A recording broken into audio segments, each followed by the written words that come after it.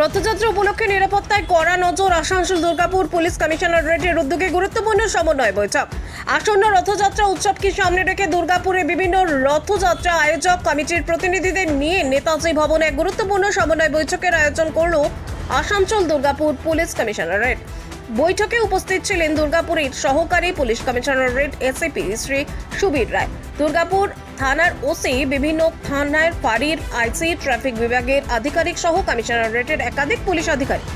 বৈঠকে রথযাত্রার সময় নিরাপত্তা ব্যবস্থা, জনসমাগম নিয়ন্ত্রণ, ট্রাফিক পরিচালনা, জরুরি পরিস্থিতি মোকাবিলা এবং আইন শৃঙ্খলা বজায় রাখতে আয়োজকদের কি কি নিয়ম মেনে চলতে হবে তা বিস্তারিতভাবে আলোচনা করা হয়। বিশেষভাবে নজরদারি আরও জোরদার করার ওপর গুরুত্ব আরোপ করেন পুলিশ আধিকারিকেরা। এদিনের বৈঠকে ইসকন মন্দিরের পক্ষ থেকে উপস্থিত ছিলেন অদর্য চন্দ্র দাস।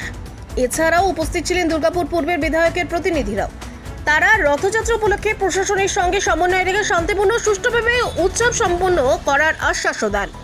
প্রতি বছরই হয়, আমরা এই বছরও রথের অনেক আগে আমরা এখানে রথ নিয়ে একটা উন্মাদনা আছে। এখানে যেহেতু ইসকন মন্দির আছে, তো প্রচুর মানুষের সমাগম হয়, বিভিন্ন জেলা থেকে আসে।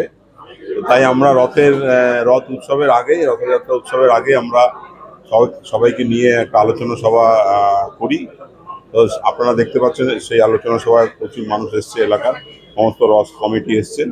তো সুষ্ঠুভাবে আলোচনা হয়েছে। মূলত আমরা তাদের রথযাত্রা নিয়ে তাদের যদি কোনো পুলিশি বন্দোবস্তের ব্যাপারে কোনো দাবি থাকে সেগুলো আমরা পর্যালোচনা করি এবং আমাদের যা বিগত বছরে যা অভিজ্ঞতা সেটা আমরা তাদের সাথে শেয়ার করি। এবছরও আমরা সেই রকমভাবে আলোচনা করেছি। আমাদের কাছে মানুষের সুরক্ষা প্রথম প্রায়োরিটি। তো সেই অনুযায়ী বিভিন্ন রথ কমিটিকে বলেছি যেখানে মেলা হয় যে পর্যাপ্ত পরিমাণে সিসি ক্যামেরা লাগাতে এবং আমাদের সেখানে পুলিশের সহায়তা কেন্দ্র হবে এবং সেই ব্যাপারেই দীর্ঘ আলোচনা হলো। হরে কৃষ্ণ। মাননীয় এসিপি সাহেব এবং অরবিন্দ থানার ওসি এবং অন্যান্য আধিকারিকরা আমাদেরকে আহ্বান করলেন।